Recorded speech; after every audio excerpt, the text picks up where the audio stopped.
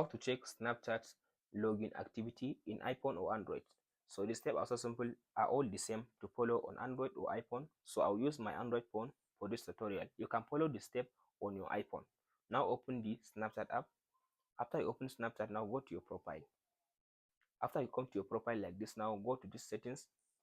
So in this settings section, now scroll all the way to down, scroll to down, scroll to down. There is this one option which says activity. As consider this one activity indicator, tap on it. So make sure this activity indicator is turned on your Snapchat account. So go back. So now scroll all the way to down again. Scroll to down. As consider here it says save login. This one, save login. So tap on it. So after you tap on the save login, in this option you can be able to see how many devices that are currently logged in on your Snapchat account, as you can see now. So this is the option on how to check Snapchat login activity in iPhone or Android. Hope this video helps. Please like and subscribe. Thank you for watching, guys.